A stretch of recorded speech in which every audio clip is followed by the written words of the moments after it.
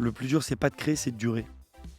Et pour durer, pour moi, et rester, on va dire, bien, il faut se remettre en question. Faut pas... Regarde, j'ai gagné un titre de champion du monde. C'est pas pour autant que je me dis c'est bon, je fais les meilleurs lobster rolls du monde. Pas du tout. Je continue à goûter ce que je fais. Je continue à goûter ce que la concurrence fait. Parce qu'il faut être réveillé, tu vois ce que je veux te dire. Il y a des gens bien meilleurs que moi. Donc, je vais aller m'inspirer de ces meilleurs. Qu'est-ce que je peux faire pour encore améliorer ce que j'ai déjà créé.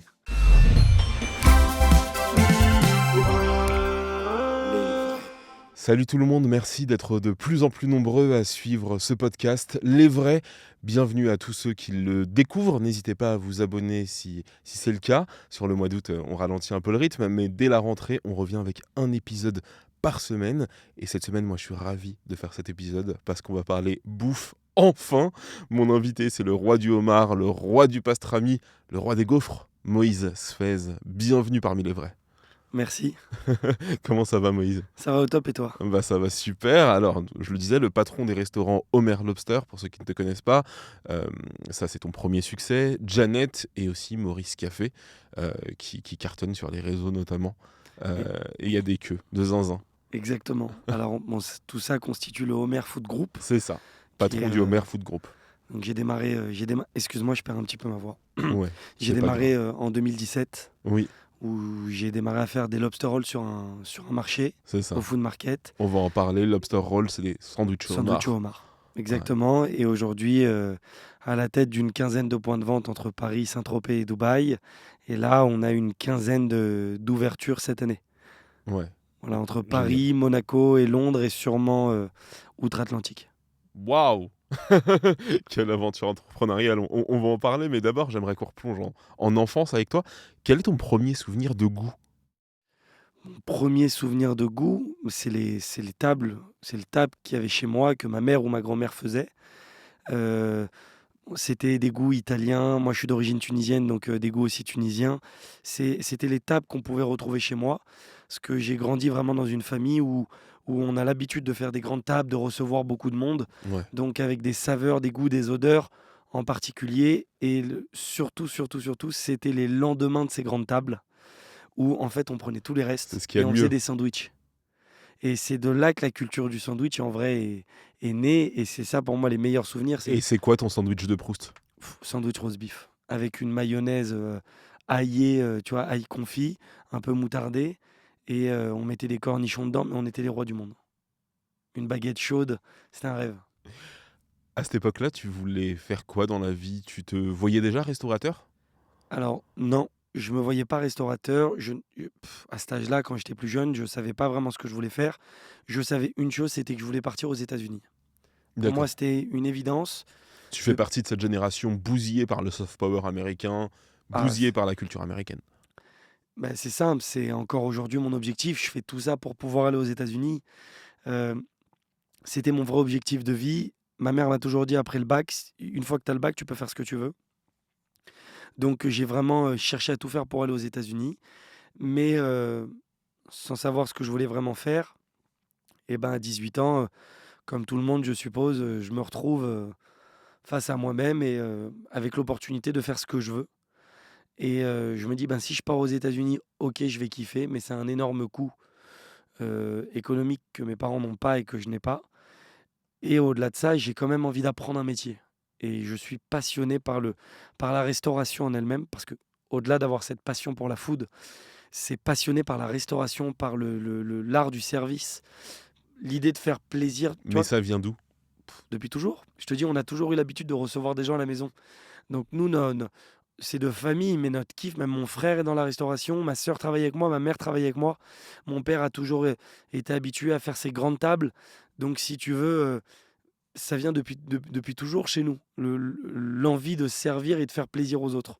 Donc c'est tout bête. Par exemple, quand on allait dans des restaurants qui cartonnent, où il y a du monde, où c'est blindé, j'étais content de vivre cette expérience-là, mais moi, je me disais, putain, mon vrai kiff, ce serait de faire partie de l'équipe, qui sont dans le jus, qui courent, ou d'être le propriétaire d'un endroit comme ça, où il y a la guerre. Donc j'ai toujours aimé ce côté du business où tu reçois et tu sers les autres pour faire plaisir aux autres.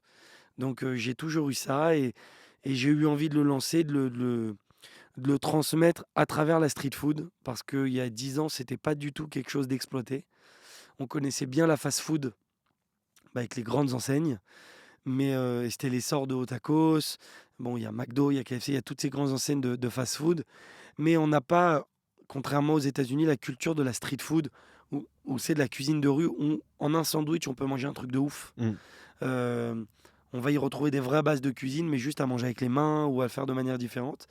Et j'ai vraiment cherché à amener cette culture anglo-saxonne à travers mon sandwich, à travers le sandwich au homard, pour démarrer. Il y a une culture de la street food en France, notamment dans le sud de la France. Il y a des sandwichs célèbres, Bien sûr. il y a des manières de cuisiner célèbres, mais toi, tout de suite, ton envie, c'est de te tourner vers tes souvenirs, vers tes influences américaines, et donc tu décides de créer ce lobster roll, ce sandwich au homard typique des États-Unis, Ouais. à la française. Bah, comme tu dis, la France a ses propres sandwichs. On a notre culture quand même. On a des produits ce qui est la France aujourd'hui. Le point est que moi, mon vrai kiff, c'est les États-Unis. C'est quand je vais à New York ou quand je vais à Los Angeles ou à Boston ou n'importe où aux États-Unis, rien que l'air, je le trouve différent. C'est dingue, hein. Après, il y a des trucs que j'aime pas forcément là-bas, mais j'ai vraiment cette passion et pour moi, ils ont des idées de ouf et à travers les séries que je regarde, les films, il y avait pas Instagram et TikTok à l'époque donc quand tu devais t'inspirer, c'était à travers ce que tu voyais à la télé. Moi, ma culture, c'était MTV, les clips américains, bon, c'était tout ça et mon trip était vraiment de goûter un maximum de choses et d'essayer de pouvoir le refaire à ma façon pour que quand tu viens goûter Homer Lobster, mon lobster roll, il faut que tu dises: «OK, je vois ce qui s'est passé là-bas. J'ai une histoire à te raconter à travers la recette». Donc c'est vraiment ce que je cherche à faire. Donc oui, je crée le lobster roll à ma sauce. Moi, je l'ai mangé, il était dans un petit pain hot dog. Il y avait une montagne de homard mayonnaise sur le dessus. Mais tu vois, avec mes recherches, avec ce que j'ai pu goûter, ben, je sais qu'il y a le classique du Maine, mayo ciboulette, et il y a le classique du Connecticut, c'est beurre citronné. Mmh. Il y en a qui mettent de la mayo, d'autres non. Donc moi, j'ai voulu faire les deux à ma sauce et pas voulu reprendre un pain hot dog parce qu'une fois, j'ai mangé un burger. On appelle ça un patty melt où c'est sur un pain retourné ou un pain de mie. Donc il est beurré et toasté. Donc tu croques sur la mie. Et j'ai trouvé ce côté tellement addictif et doux. Je me suis dit, ok, si je fais un lobster roll, faut pas que je le fasse dans un pain hot dog. Il faut que je fasse un pain qui est où tu toastes sur la mie le sandwich, la brioche. Comme ça, quand tu croques la mie toastée. Tu as ce côté croustillant à l'extérieur, mais ultra fondant à l'intérieur, qui vient pas prendre le dessus sur le homard. Et c'est ça pour moi qui a fait toute la beauté du sandwich. Moi, je vais te raconter quelque chose, c'est mon premier souvenir avec ton lobster roll. Hem, je crois que je suis sans doute un des premiers clients de ta première boutique. Ok. Parce qu'avant, tu avais des spots un peu Ouais. partout. Ouais. Moi, je les avais pas testés, mais j'en avais entendu parler. Ok. Mais à chaque fois, ça correspondait pas, aux endroits où je me trouvais et tout. Et ta première boutique, si je dis pas de bêtises, dans le Marais, Rue Rambuteau, ouais. rue C'était Rambuteau. juste après le BHV. C'est ça. Je me souviens très bien, j'étais avec ma femme, on commande un Connecticut, Ouais. donc avec du beurre. Et j'étais pas champion du monde encore à cette époque. Et ça fait vraiment l'effet comme dans Ratatouille, Ouais. où je me prends une claque de saveur, un truc de fou. Pourtant, j'ai l'habitude, je fais des restos, des fast-food, peu importe, j'ai pas Bien de sûr. mépris, de la street food, j'en ai mangé. Mais c'est vraiment un souvenir marquant. Et la première fois, le premier croc, c'est un putain de souvenir marquant. Et d'ailleurs, ce qui est drôle, c'est qu'avec ma femme, dans tous nos moments de joie, naissance d'un premier enfant, etc., on se prend toujours un lobster roll, un Connecticut, parce qu'on associe ces moments de joie à ce shot de bonheur intense. C'est incroyable. C'est fou. Comment t'as réussi à faire en sorte que ça procure de telles émotions chez les gens? Bah, déjà, ça me fait hyper plaisir d'entendre ça. C'est pas tous les jours. Moi, c'est ce que ça m'a fait la première fois que j'ai goûté un lobster roll. Et c'est ce qui m'a donné, tu vois, ce sentiment que tu as eu. Je l'ai eu une fois à New York et je l'ai eu une deuxième fois à Londres. Et bah, on appelle ça un orgasme culinaire en soi. Et je m'en rappelle comme si c'était hier. Je te jure que quand j'ai pris le croc dans mon premier lobster roll, je me dis: «OK, je veux faire ça. Je veux» tu vois ces frissons que tu ressens, ce truc où tu dis: «Putain, d'accord, le côté umami, c'est ça» et ben, bon après j'essaye, tu sais, on peut pas plaire à tout le monde n'a pas ce ressenti, mais ça me fait tellement plaisir de voir que tu aies pu ressentir ce que je cherchais à raconter à travers ce sandwich. C'est les résultats de combien d'heures, combien de jours de test? Tu peux pas compter. C'est et encore aujourd'hui, je pense qu'il est meilleur qu'il y a 8 ans parce que, je me remets sans cesse en question. Tu sais, le plus dur, c'est pas de créer un truc bon, parce que créer, tout le monde est capable de créer un truc bon. Le plus dur, c'est de durer et de le conserver. Et et je pense que pour moi, ben, les recettes, elles s'affinent, elles s'améliorent. Tu vois, le pain, on a pu l'améliorer sur certains points au fil des années. Notre cuisson du homard, on n'a jamais changé notre process de cuisson du homard. Jamais, on n'a jamais modifié rien de tout ça. On n'a que amélioré le pain et et pour moi, je cherchais vraiment à ce que, ben, les habitués après tu peux te rater, ça arrive, surtout en développement, bah, il y a des fois où un cuisinier conforme a mal fait le process. Mais en tout cas, à partir du moment où c'est bien fait et le process est respecté, hem, moi j'espère à ce que les gens aient la même sensation que toi. Est-ce que tu as réadapté tes recettes à partir du moment où tu as commencé à ouvrir d'autres boutiques? Parce Non, qu'on le sait, ça dépend du four, ça dépend de certains trucs, ça dépend jamais. aussi non?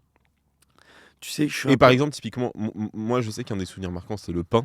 ouais, Quand tu le manges dans le sud de la France, le c'est le même. lobster, c'est le même? Quand tu vas à Dubaï, c'est le même. En fait, on produit tout à Paris, tout. Paris est proche banlieue et chaque boutique a les mêmes produits à l'identique, à part à Dubaï, on n'a pas le même citron et la même ciboulette. Mais Vous avez le même beurre? ouais, on envoie notre beurre, bien sûr. D'accord. Parce que le beurre français, c'est important. Beurre d'Isigny, bien sûr, c'est avec quoi on toast notre pain.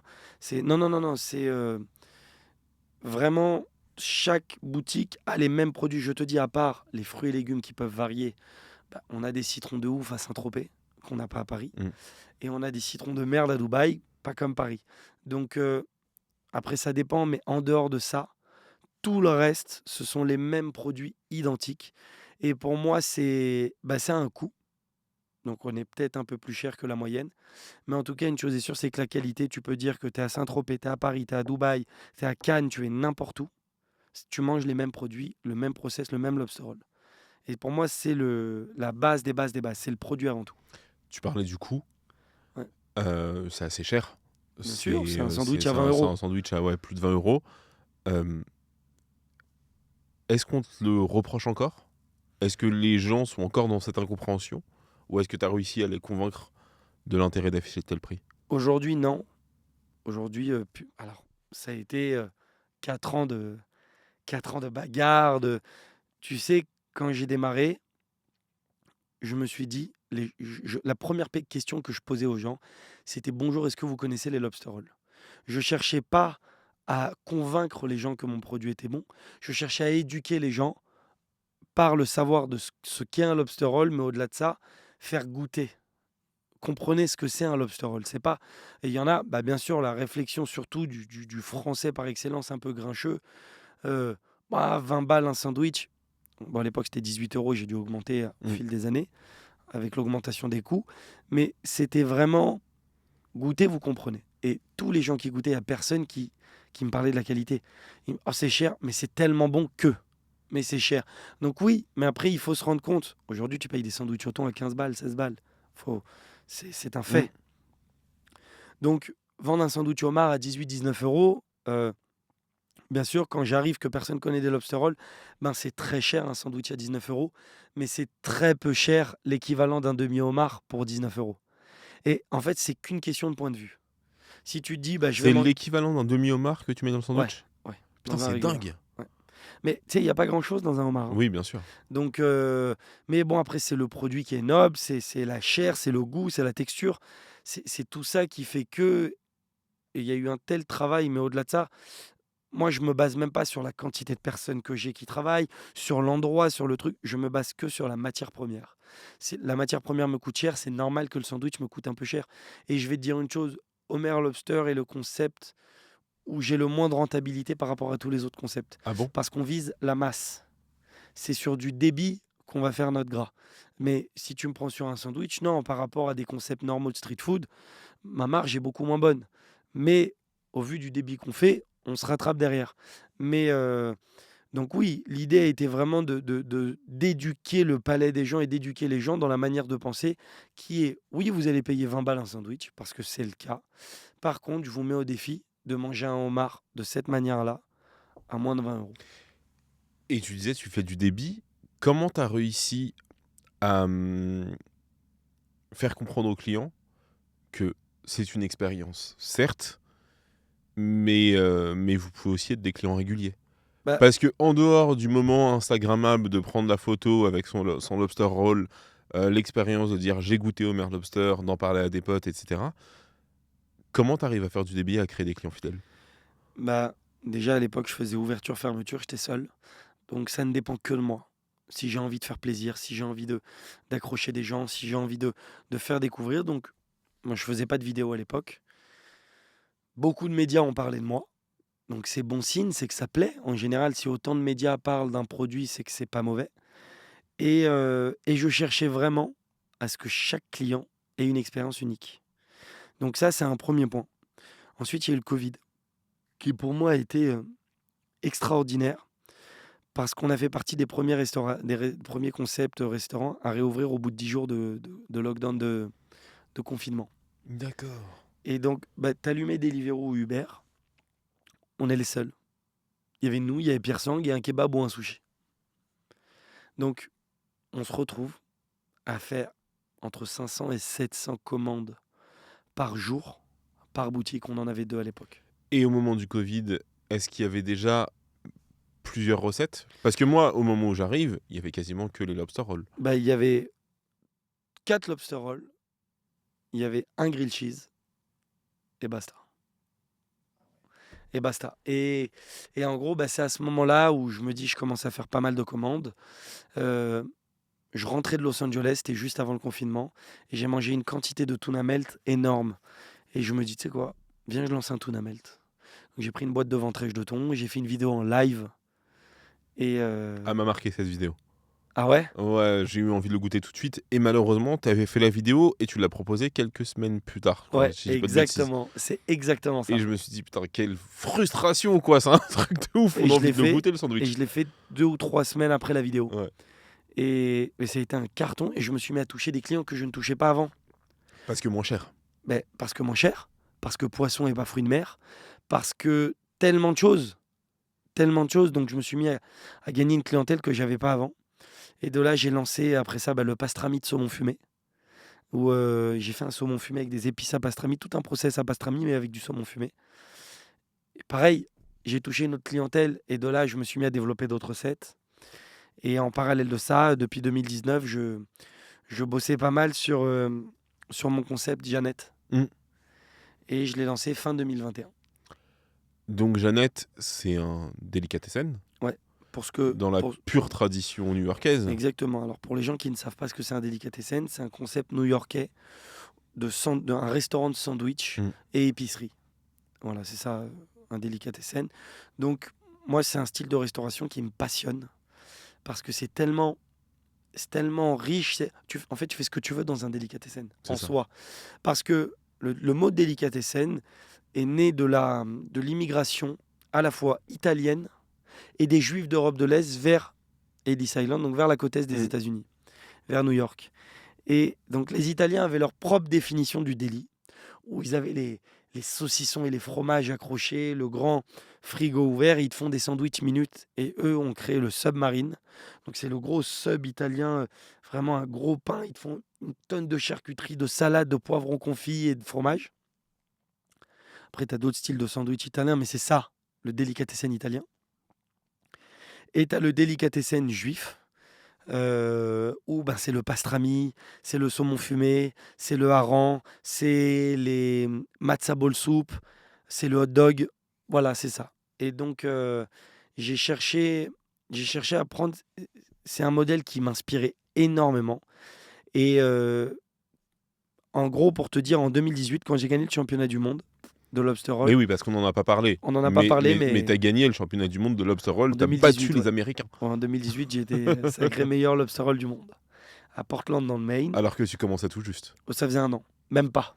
Ça faisait même pas un an que j'avais démarré. Et, euh, et c'est à ce moment-là où je me suis dit, OK, il faut pas que je me garde l'étiquette mec qui sait faire que des lobsters. Donc j'ai vraiment voulu faire d'autres choses et élaborer un autre concept pour même me prouver à moi-même que je savais faire autre chose. Et ben c'est la mode des burgers, c'est la mode des hot dogs, j'avais envie de faire autre chose. Et donc le délicatessen, pour moi, c'est typiquement ce que j'aime.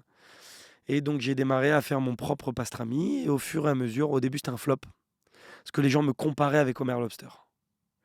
Et ça a mis un an à prendre parce que je me suis remis en question. Je suis reparti à New York, j'ai regoûté, j'ai amélioré les recettes, j'ai fait différentes variétés. Et, et aujourd'hui, bon, je suis très content, ça marche très bien. Et ça m'a permis d'exprimer ma façon de faire des sandwichs de manière totalement différente. Homer Lobster, tu as une façon de faire des sandwichs. Jeannette, tu as une autre façon de faire des sandwichs. Bon, il y a Maurice aussi qui a une autre façon. Mais Jeannette a été vraiment mon labo où j'ai pu faire tous mes tests. Et aujourd'hui, bah, j'ai lancé un club sandwich. J'ai été sacré dans les meilleurs clubs sandwich de France. J'ai fait un pastrami. Avec mes restes de pastrami, je fais un hot dog. Je fais un sandwich à dinde fumée. J'ai lancé le chicken César wrap parce que j'ai vu en Californie, dans des délis californiens, ils lançaient les wraps au César. Ça m'a donné de l'idée. Bon, voilà, tellement de choses. Mais dans l'histoire des délits new-yorkais, Ouais, tu l'as rappelé, il y a l'idée de raconter aussi ses origines. complètement. Il y a rappelé que la mémoire new-yorkaise, c'est des mémoires entremêlées, c'est des histoires entremêlées, c'est du Ouais. métissage, tout ça. Toi, t'as pas eu envie, dans ton délit à toi, de mettre de tes origines à toi, des origines tunisiennes? Non, non, pour plein de raisons. Parce que je suis un fan de voyage. J'adore voyager, j'adore découvrir, j'adore goûter. Et alors, mes origines à moi, elles sont à la maison, elles sont quand on fait des tables en famille, elles sont quand moi je vais au restaurant. Par contre, quand moi je dois raconter une histoire, j'ai envie de raconter ce que j'ai vécu qui est récent et ce qui m'a impressionné. Mes origines, elles sont là et elles sont toujours là et elles resteront toujours là. Bien sûr. Il n'y a rien d'impressionnant pour moi parce que j'ai grandi avec. Par contre, quand je pars aux États-Unis et que je goûte un truc de ouf, ouais, déjà, le premier réflexe que j'ai, c'est que j'ai envie d'apprendre à le faire, ce truc de ouf. Une fois que j'ai réussi à le faire, je veux l'adapter à ma façon. Je veux le faire vraiment avec ma manière de faire. Et là, ouais, j'ai quelque chose à raconter. En gros, chaque recette, c'est j'ai goûté un truc de ouf, il est ressemblé à ça. Voilà, dans ce contexte-là, à travers la recette. Et c'est vraiment ce que je cherche à raconter. C'est ça. Tu vois, j'ai lancé un banh mi brioché chez Jeannette, un banh mi au pastrami. J'ai goûté un banh mi à New York, il m'a mis sur le cul. Mais vraiment sur le cul. Et j'en ai goûté un autre à Miami, un peu style cubano. Et je me suis dit, tu sais quoi, ça m'a donné envie de faire mon propre banh mi. Bah, un banh mi, c'est dans une baguette, moi, c'est la brioche. Un banh mi, il n'y a que de la coriandre. Moi, j'aime plusieurs herbes, donc j'ai mis plusieurs herbes. Euh, voilà, j'essaye de casser un peu les codes. Tu vois, mon but n'est pas de dire un 2.0, réinterprétation. Non, non, c'est juste un banh mi. Moi, je Mais l'aurais fait un comme banh ça. mi sans baguette, c'est toujours un banh mi? Ouais, parce que pour moi, un banh mi, c'est un goût. Pour moi, un banh mi, c'est des odeurs. Pour moi, un banh mi, c'est une façon de faire. C'est comme un pastrami. Un pastrami, tu as 10 000 façons de faire. Chacun a son pastrami. Il y a des gens qui vont aimer le pastrami froid, un peu sec. Il y a des gens qui vont l'aimer de manière à ce que ce soit comme un pickle. Il y en a qui vont l'aimer avec certaines épices. Moi, je le sers fin, coupé très très finement et très chaud. Il est limite recuit minute. Pas snacké, mais dans le bouillon à épices dans lequel il a été saumuré. C'est ma façon de le faire. À New York, chez Kat, ils le font d'une façon. Au Longers Deli à Los Angeles, ils le font d'une façon. À Paris, certains le font d'une autre façon. Donc, si tu veux, c'est très personnel. Et moi, je cherche aussi à amener ce côté personnel quand je cuisine quelque chose. Mon but n'est pas juste de faire un truc tradi. Je veux faire juste à ma sauce. Et d'ailleurs, tu fais tes propres charcuteries ou tu passes par un Non, charcutier? tout est fait maison. Tout est fait. 100%. D'accord, ok. Vraiment, à part le ketchup que je fais pas, ou certains produits comme ça, mais tout est fait maison. Le pain est fait maison, les sauces sont faites maison. Chaque viande qui est élaborée est faite maison. La dinde, putain, on achète des dindes entières. et on les fume et on les cuit. C'est tout un process. Les poitrines de bœuf, pour faire le pastrami, c'est de la poitrine. Et on le fait, si tu veux, en entier et on le met en saumure pendant 10 à 12 jours. Et ensuite, on le fume, après on le bout et après on le steam. C'est tout un process, ça prend 10 jours. Donc, mais ça, j'ai mis 2 ans à savoir élaborer ça. Donc, non. Et pourquoi je cherche à le faire moi-même? Pour pas qu'on puisse se dire, ah, j'ai goûté ça ailleurs. Le goût, il est chez moi, ce goût-là. Donc voilà mes objectifs. Le resto s'appelle Jeannette. Ouais, C'est le prénom de ta grand-mère. exactement. Il a de quoi ta grand-mère, ce resto? Rien. Il a rien de ma grand-mère. Tu sais, c'est d'origine ashkénaze, moi je suis d'origine séfarade. Euh, Mais il y pourquoi a je... même pas un peu de sève caché Pas du tout. dans le... Tu sais pourquoi je lui ai donné le nom de ma grand-mère? Parce que les délits, à l'époque, étaient tenus. Et aujourd'hui, sont tenus depuis 3 ou 4 générations. Donc c'est les petits-enfants, voire arrière-petits-enfants, qui tiennent aujourd'hui les délits. Mais ils portent quand même le nom que les grands-parents ou arrière-grands-parents ont donné. Ben moi, j'ai voulu rendre hommage à cette histoire du délicatessen, si tu veux. Donc j'ai nommé ma grand-mère comme si c'était elle qui avait le lancé. Voilà. C'était vraiment en hommage au, par respect pour les délits new-yorkais qui m'ont inspiré, ou les délits dans son ensemble, parce qu'il n'y a pas qu'à New York que je me suis inspiré. C'était vraiment ce que je cherchais à transmettre et encore une fois à raconter comme histoire. Vraiment cette histoire-là. Si on me dit pourquoi Jeannette, pas parce que ce sont ses plats, elle faisait pas de pastrami, ma grand-mère. C'est vraiment parce que aux États-Unis, les vrais délicatessen sont tenus depuis 3 ou 4 générations. Donc voilà, moi j'ai voulu rendre hommage à l'histoire de la création des délits en nommant ma grand-mère. Quelques années plus tard, en 2024, Ouais, c'est l'ouverture de Maurice Café, cette ouais, fois-ci. mon grand-père, C'est le nom de ton grand-père. le mari de Jeannette. Et là, pour le coup, pour la première fois, on se tourne pas vers les États-Unis. Non, ton inspiration, c'était de faire la meilleure gaufre possible. Là, on est sur un... Ah, j'ai l'impression que... Non, en fait, ce concept, Il est né où? À quel moment tu as eu envie de te écoute, lancer dans un truc de petit-déj? je vais te dire une chose, ce concept, il est né le jour de l'ouverture. Encore la veille, je changeais les choses. En gros, si tu veux, l'histoire de Maurice est folle parce qu'aujourd'hui, c'est un succès monstrueux, tellement monstrueux qu'on ouvre 10 Maurice à Paris, là, d'un coup. Donc on passe de 1 à 11 en un an. C'est ouf. C'est fou. On fait 1000 personnes par jour aujourd'hui. On se rend pas compte, mais c'est énorme. Ah bah il y a la queue tout le temps, c'est C'est insupportable. énorme. Non, mais 1000 personnes par jour. C'est, Mais c'est- tu sais, tu passes une journée là-bas, le soir, tu veux plus parler avec personne. Et en gros, si tu veux, j'ai vu cette boutique. Elle fait 14 mètres carrés. Je ne sais pas ce qu'on peut faire dedans. J'ai dit, vas-y, je la prends. Et, et pour être transparent avec toi, je ne savais pas du tout quoi faire dedans. Je l'ai acheté sans savoir vraiment quoi faire. La même semaine, j'ai le Parisien qui sort un article. Meilleur hot dog de Paris, Jeannette. Mm. Ah, est-ce que je ferais pas Jeannette bis, Jeannette hot dog ou l'annexe de Jeannette Sachant et que ce restaurant, c'est juste en juste en face face. En d'un de tes face. Jeannette. En face. Et c'est pas loin du premier Et Homer. le à allez, 30 mètres du premier C'est Homer. ça. Ce qui se passe, c'est que je me dis, on va faire des hot dogs. Donc la boutique, je vais l'appeler Maurice. Je ne sais pas ce que je vais faire dedans, mais en tout cas, c'est ce qui est sûr. C'est que je vais l'appeler Maurice et que je vais faire des hot dogs. Et j'avance au fur et à mesure du temps. Bon, mon ex-fiancé est belge. Donc j'ai eu l'occasion d'aller en Belgique pour la première fois de ma vie et goûter les vraies gaufres de Liège. Et j'ai goûté, donc j'en ai goûté franchement 7-8, et des pas très bonnes. Et une qui m'a mis sur le cul, la gaufre de chez Egenholz. Mais elle m'a... Bon, aujourd'hui c'est Pully, il l'a revendu, mais quand je te dis que j'ai mangé un truc extraordinaire, où tu vois ce que t'attends quand tu dis putain la gaufre de Liège, ouais, c'est ça. C'était fou. Et tellement fou que je me suis dit, ok, je veux faire des gaufres de Liège chez Maurice. Donc, mon concept au fur et à mesure du temps, ça va être, on va faire des hot dogs et des gaufres. Et ensuite, je me rappelle, je pars à Londres. C'est entre nous, c'est un peu chelou comme concept. C'est ouf, hein, des hot dogs et des gaufres. Et après, en parallèle, je pars à Londres. Et tu sais, moi, je ne bois que de l'eau. Je bois très peu d'alcool, de temps en temps, un verre de vin ou un shot. Ça se présente, mais je bois très peu. Mm. Et sinon, je bois que de l'eau. Et je me rappelle, je suis jamais rentré dans un Starbucks de ma vie, hein, pour te dire, avant ça. Et je me rappelle, je suis à Londres et je vois que je suis le seul qui n'a rien à la main. Tout le monde est avec un cup. Tout le monde est avec un matcha, un chai, un café, un jus, un smoothie. Tout le monde a quelque chose dans la main.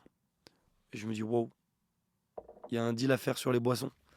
Donc, Mais ok, donc là, tu es en train de me dire que le créateur de Maurice Café, qui est connu et reconnu pour ses cafés aujourd'hui, n'est pas amateur de café au départ. non, pas du tout. Encore aujourd'hui, je bois pas de café. Mais après, ça a été, franchement, quand on te dit dans la vie, il faut faire des sacrifices, j'ai mis mon plaisir de côté, j'ai fait des vrais sacrifices pour Maurice. Ça m'a pris 1 an et demi à tout élaborer. 1 an et demi, tout ça. Je rentre de Londres, je me dis, c'est bon, on va faire des hot dogs, des gaufres et des boissons. Les hot dogs, je sais les faire. Pas compliqué, je les fais déjà chez Jeannette, je vais l'améliorer, je vais faire d'autres recettes.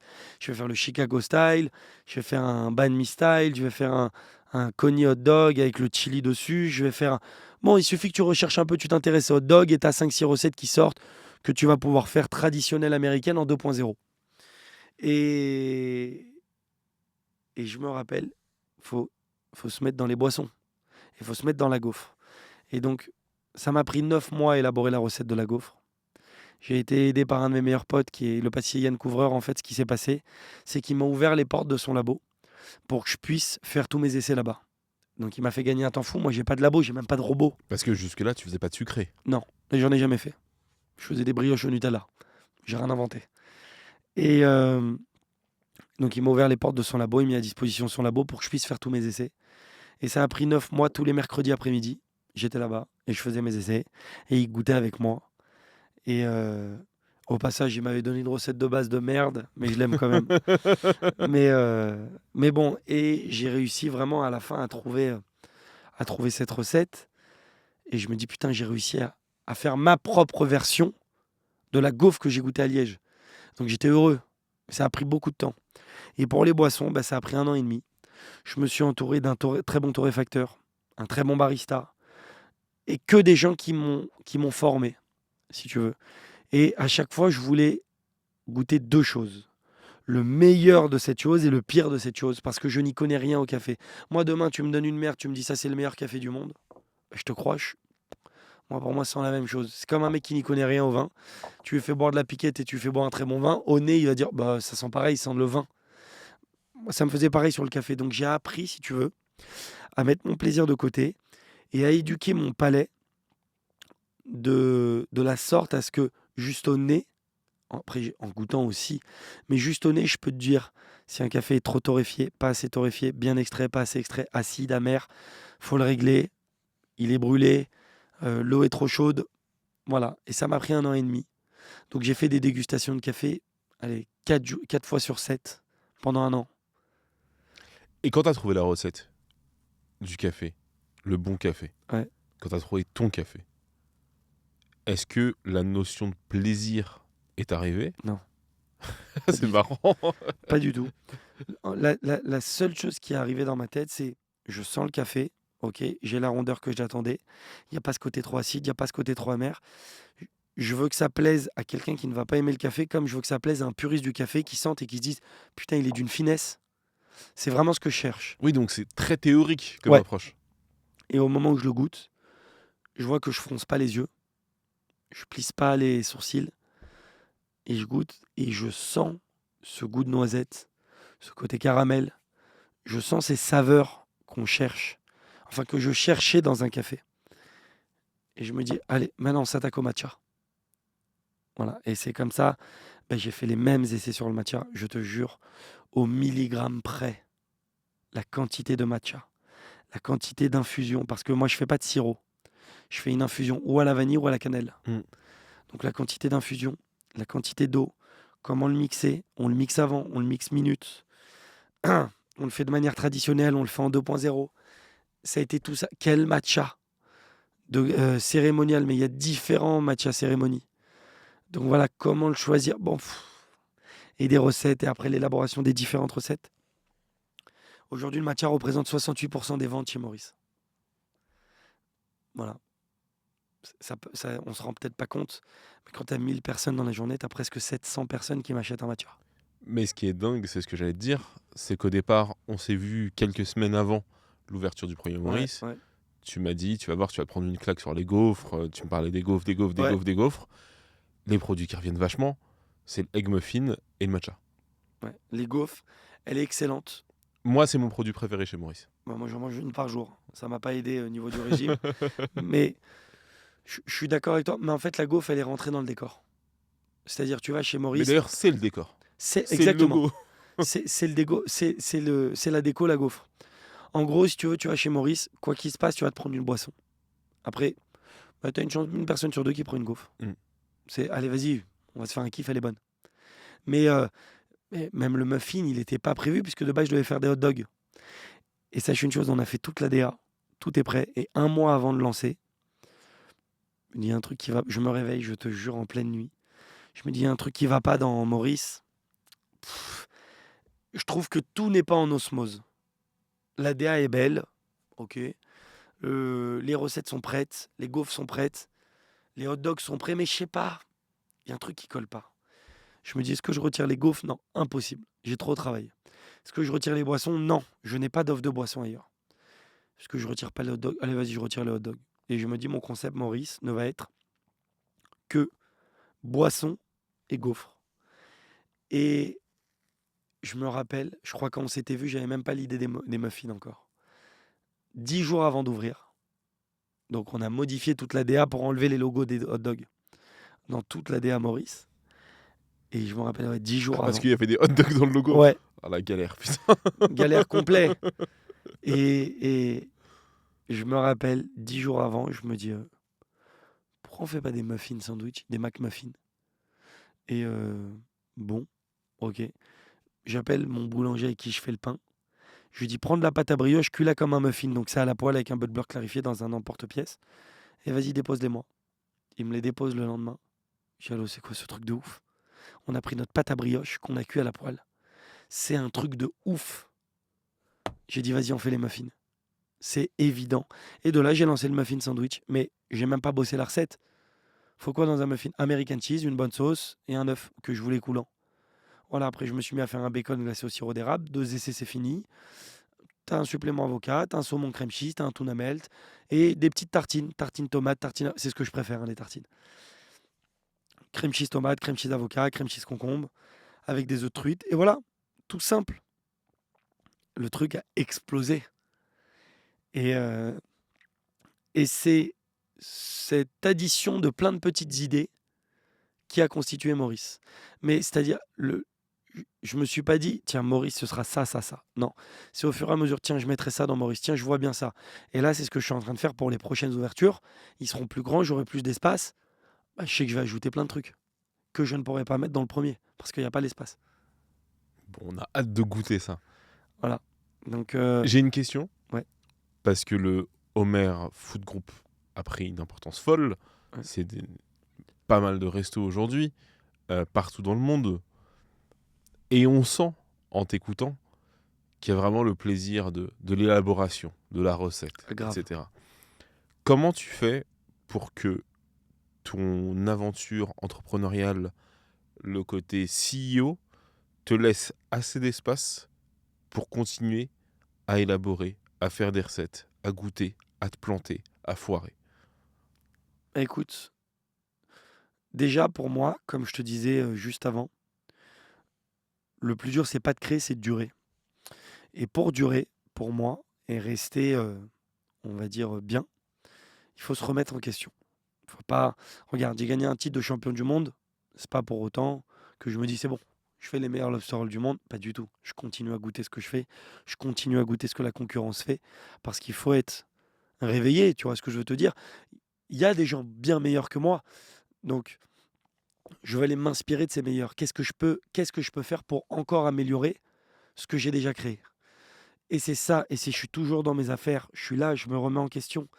Je goûte, je regoute, je refais des tests, j'amène des nouveautés, je supprime des trucs qui marchent moins bien, ou alors je les refais.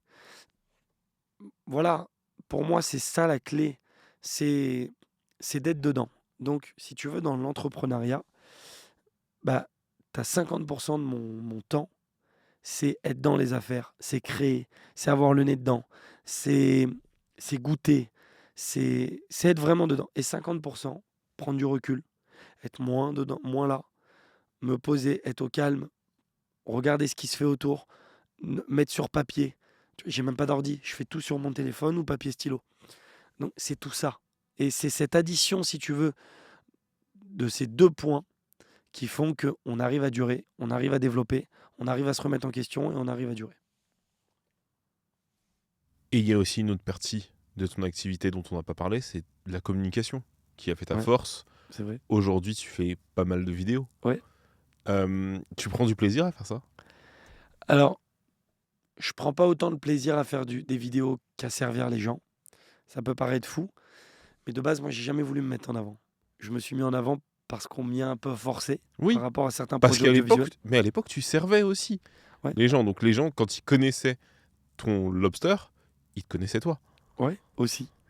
Aussi. Et bah maintenant, je fais un vrai kiff de faire des vidéos. Et le plus grand kiff, c'est quand tu vois qu'elles plaisent, que tu vois qu'il y a des retours, que tu vois. Tu sais, des fois, je suis au resto, je suis dans la rue, des gens me reconnaissent. Mais c'est fou. Je fais des sandwichs, les gens viennent me voir et me disent: «J'adore ce que tu fais, j'adore tes vidéos». Tous les mercredis et vendredis, je dis: «Putain, ils me suivent vraiment pour savoir que c'est tous les mercredis et vendredis». Donc, bien sûr, c'est la plus belle reconnaissance du monde. Mais, mais encore une fois, c'était pas prévu. Je travaille vraiment avec le cœur. Je cherche à partager ça avec les autres. Je ne fais pas quelque chose dans le but de me dire: «Tiens, faut faire du buzz, tiens». Non. Je fais ça, je rigole. Moi, je suis le premier à faire de l'autodérision, à me charrier moi-même. Tu vois, j'adore faire des collabs vidéo avec des chefs étoilés. Mais quand je suis avec eux, je vois qu'eux sont très contents d'être avec moi. Et moi, je me dis, putain, mais je suis avec un grand chef, une grande chef. Vas-y, je suis ton commis, genre, je suis ton bolos. Je suis un bolos à côté de toi. Donc, et je veux jouer cette carte d'autodérision où, vas-y, c'est moi ton commis, c'est toi le grand chef. Moi, je fais quoi? Je fais des sandwichs. Et c'est là le plaisir que je prends. C'est là le plaisir aussi à partager ça avec ces gens qui ont ce plaisir, qui ont la même passion que moi, parce que encore une fois, c'est un métier de passion. Si t'es pas passionné, parle pas avec moi de ce métier. C'est vraiment, moi, c'est ma passion. C'est ce pourquoi je me lève le matin. C'est, je pars en vacances en fonction de ce que je vais manger. Donc la Ça, bouffe, c'est mais le vraiment un truc service. de gros lard, mais Ah putain, ouais. c'est génial, moi aussi. Mais tu vois, ce métier, c'est ma vraie passion. Ouais. J'aime au-delà, par-dessus tout, et servir les gens, et créer des nouvelles recettes, et faire plaisir aux autres. Et si je peux les faire rire en plus de ça, et leur donner envie à travers de l'audiovisuel, mais banco, tu vois ce que je veux te dire? Donc c'est tout ça fait partie de mon métier, et c'est ce tout-là qui me donne la force de vouloir encore plus, et de vouloir me dire: «Allez, vas-y, c'est pas assez. C'est pas assez, c'est jamais assez». Donc tu vois, Maurice, ça marche, je vois la demande que j'ai, je ne peux pas répondre à tout, je ne peux pas répondre à toute cette demande. Mm. Vas-y, on en ouvre 10. Ça se trouve, il y en a qui vont se planter. Mais au moins, j'aurais fait les choses avec le cœur et avec mon feeling. Et en dehors de Paname, prochainement? Londres, D'accord. Londres, ouais, je veux taper les grandes villes. Province française, c'est pas que j'y crois pas, mais j'ai pas le truc. Voilà, j'ai essayé. C'est Il y pas a, faute d'avoir il y a essayé. eu un lobster Il y a eu un pop-up Homer il y a eu un pop-up à Lille avec Jeannette. Il y a eu un Homer Lobster à à Marseille. Marseille. Il y a Homer Lobster à Saint-Tropez, mais Saint-Tropez, on n'y compte pas. Laisse tomber, c'est un ovni. Saint-Tropez, ça cartonne et c'est international, Ça s'y prête bien aussi. Le produit va bien avec Saint-Tropez. complètement. Donc, si tu veux, voilà, écoute, je préfère taper les grandes villes internationales et anglo-saxonnes. C'est ce que je vise. Après, je suis pas fermé pour la province, mais c'est moins ma tasse de thé. Et prochainement aux États-Unis, tu nous disais. Tu peux dire. Écoute, on est en train de voir pour New York, pour Miami et pour Mexico City. Et ce sera Jeannette ou Homer? Ça sera Maurice, ce sera peut-être Homer, et ce sera peut-être aussi d'autres concepts sur lesquels je suis en train de bosser. Waouh, purée. Ça fait envie. Voilà. Ça fait envie. J'avais une autre question, Ouais, moi qui m'intéresse vachement. C'est sur le côté, une fois que tu as fait Maurice, ouais, euh, il y a une question. On sait que tu fais de la street food, mais Maurice, c'est aussi du petit-déj. ouais. Il y a l'idée du service à table. l'idée du brunch, l'idée de prendre son temps, de servir, tu le disais en début de conversation, Maurice, c'est l'inverse. il faut servir. T'as pas envie justement de créer un lieu où les gens puissent se rassembler, se retrouver autour de produits aussi? Alors, j'y pense plein de fois, mais je veux pas non plus mélanger. Si tu veux, j'ai un vrai plaisir d'aller au restaurant. J'ai ce plaisir-là. J'ai un plaisir de manger des sandwichs, mais sandwich, c'est devenu mon travail. Le sandwich, sous toutes ses formes. Aller au restaurant, boire un verre de vin ou faire un brunch ou m'attabler, ça reste une passion perso. Mon travail, j'aime la street food par-dessus tout. Et il y a tellement de choses à raconter avec la street food. Et tu vois, même dans le coffee shop, parce que c'est pas un coffee shop ce que j'ai fait, hein. Qu'on se le dise, ok, c'est Mmh. une offre café, mais c'est tout sauf un coffee shop. Un coffee shop, t'as un café, un matcha et deux parts de cake. Moi, t'as des sandwichs muffins, des gaufres. Je suis en train de rajouter un breakfast burrito. Bon, je pars en banane. Il n'y a pas de règle. Et j'aime ce côté, si tu veux. Personne ne mange un sandwich quand. Personne ne mange un sandwich pour être elle cible. Quand tu manges quelque chose comme ça, c'est pour te faire plaisir. Si tu dis, allez, vas-y, je me fais un kiff. Mmh. Tu vois, même un McDo. Vas-y, je me fais un McDo, je me fais un kiff. Et ben, moi, je cherche vraiment à être dans cette cible-là. C'est genre, ah, je vais me faire un truc du groupe Homer. Vas-y, on est sur un kiff. Et ce style de kiff, c'est de la finger food, tu manges avec les mains. C'est du sandwich, c'est de la street food. Attabler les gens, grosse usine à gaz, c'est pas ma tasse de thé. J'aime y aller en tant que client, mais je n'aime pas le faire en tant que pro. En tant que pro, j'aime, tu vois, par exemple, j'ai pas de toilette dans mes restaurants Mmh. parce que j'ai une devise, c'est que je cherche à faire à manger. Je ne veux pas nettoyer la merde des gens. Je suis dans des rues très passantes. Toute la journée, on me demande des toilettes. Non, ben voilà, j'ai pas de toilette pour les clients. C'est fou, hein. Mais parce que je suis un amoureux du produit. Je veux aller à l'efficace. Je veux aller straight to the point et c'est vraiment ce que je cherche. C'est drôle parce qu'au début, tu me disais que l'un de tes l'un de tes des premiers souvenirs de passion, l'un de tes premiers souvenirs de passion, c'est ces restos bondés avec l'idée voilà, du coup de feu, le stress, le rush, le service, la notion de service qui est au centre. Et là, tu me dis qu'au fond, ce qui t'intéresse le plus, c'est le produit, pas le service, pas l'expérience, pas le moment. Ouais, mais c'est 50%. En fait, si tu veux, quand tu vas sur place chez moi, tu as 50% c'est le produit, on le contrôle. Et tu as 50%, ça peut aller vite, mais tu es dans une vibe. Que ce soit par la musique, par l'accueil, par ce qu'on te recommande, par comment on te sert, par l'énergie qu'il y a autour. Et c'est ça ce que j'aime. Tu vois, tu vas venir chez Homer, on va t'accueillir d'une façon et on va te recommander des choses d'une certaine façon. Tu vas venir chez Jeannette, tu es dans une vibe New York pure, on donne le menu, il y a plein de sandwichs, c'est fat. C'est en gros, vas-y, tu viens pour te déchirer. Homer, tu viens pour l'expérience. Maurice, qu'est-ce que tu bois? Tu manges quoi avec ça? Et c'est plus. Tu vois, Maurice, quand tu viens chez Maurice, je veux que tu sois un peu dans le New York des années 50. Tu vois, le café italo-américain, Mmh. un peu chicos. C'est ça que j'ai à te raconter, à travers la vibe, à travers la musique. Jeannette, t'es à New York, de nos jours, ou années 80, gros sandwich, tu le finis même pas. C'est ça. Homer, t'es sur le pont de Boston. T'es sur le port, tu manges ton petit lobster sur ta table en pique-nique. Et c'est ça, si tu veux. Et dans la manière dont on t'accueille, comment on te conseille, quand on te recommande, quand on te raconte l'histoire de chaque concept, il est là le service. Donc, ouais, avoir un service à table où tu sais, tu peux pas tout contrôler au bout d'un moment. Donc, je préfère avoir des plus petites structures et Mmh. avoir le contrôle sur ce qui se fait qu'avoir des grosses structures et perdre la main. Sur le storytelling, je le comprends mieux. Tu parlais des chefs avec qui tu cuisines parfois, Ouais. grand chef étoilé. Quelle est la personne qui t'a le plus, où t'as pris le plus de kiff à le servir? Tu vois, ça peut être un chef ou une célébrité. Quelle est le personne où tu t'es dit: «Putain, je vais faire à manger à». Michael Jordan. Pardon? Ouais, Michael Jordan. Pardon? Stop. Contexte. Je suis au Je Royal veux tout Monceau, je suis savoir au de Royal cette Monceau histoire. depuis un an. Je suis au Royal Monceau depuis un an, c'est la Fashion Week. J'ai mon pop-up au Royal Monceau et j'ai le directeur général qui me dit faut que tu viennes. Ta serveuse n'a pas reconnu un VIP qu'on a. et je pense que tu l'aimes bien, donc viens, je te fais cette faveur de lui faire toi à manger. Et je dis, c'est qui? Il me dit, bah viens, tu verras. Et là, je vois, tu sais, le Royal Monceau, il y a 2 bars, et il y a le bar en haut, et il y a 6 bodyguards. Et je vois Michael Jordan. Je dis, wow! Et donc, je lui présente le concept, il me dit, vas-y, let's go. Et je lui fais un lobster roll. Il était venu pour boire de la tequila. Quel lobster roll? Je veux manger que ça maintenant, à Je lui partir fais, d'aujourd'hui. non, je lui fais le Connecticut. Le lendemain, il est revenu pour l'avocado.